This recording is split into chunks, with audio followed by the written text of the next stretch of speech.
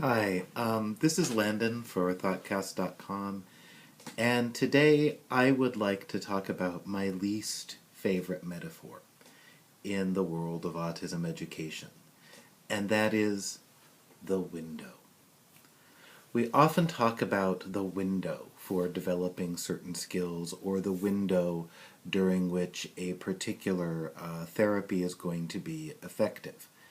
And and I think we always have to be careful with the metaphors that we use.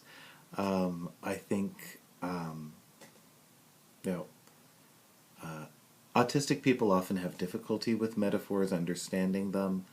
Um, but I think there's also a difficulty that all people have, and that is in taking metaphors too seriously and assuming that, in a metaphor you're comparing two things that aren't the same, right?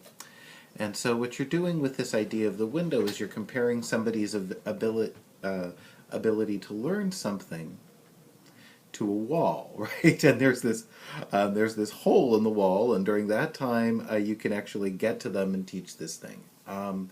Now, what I suggest that we use instead of the window metaphor is a peak. Okay, that we look at, think of it not like being a wall with a hole in it, and if we don't get in during that one period, we can't do it because, right, you think about the differences between a wall and hole, right? So, and that's just not the way it is. There's not good reason to believe that there are these discrete periods where if you don't get in there and do it right then, it's just not going to be effective. There certainly is good reason for believing that in terms of language acquisition, that there are periods of time where things are much more effective, and certainly you do want to get treatment started as quickly as possible. But the idea that somebody who has not developed speech by a certain age, that there's not any point in continuing to work with speech therapy, which is something you do here, that's dumb. And that's disrespectful, and it's morally wrong.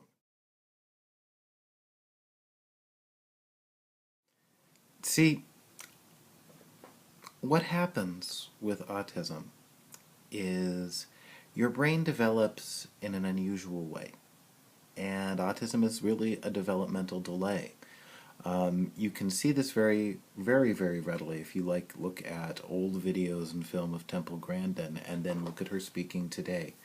A neurotypical person would not have the capacity to keep gaining communicative skills necessarily in the way that Dr. Grandin has. You need to think of autism not just as a deficit.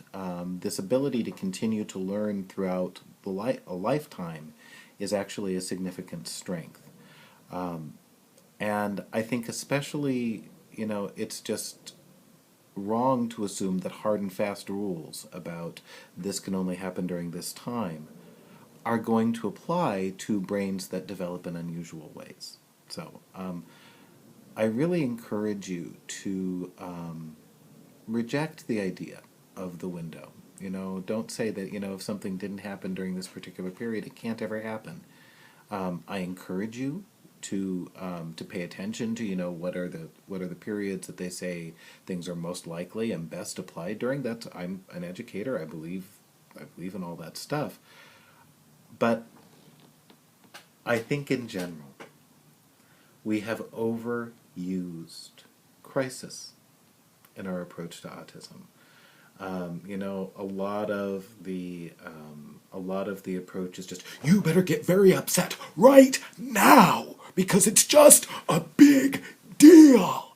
And I think that's good for fundraising, but I don't think it's good for people. And I think that's one of the reasons why we have to be a little bit skeptical of organizations that put fundraising forward as their primary goal. So, not a window. Peak.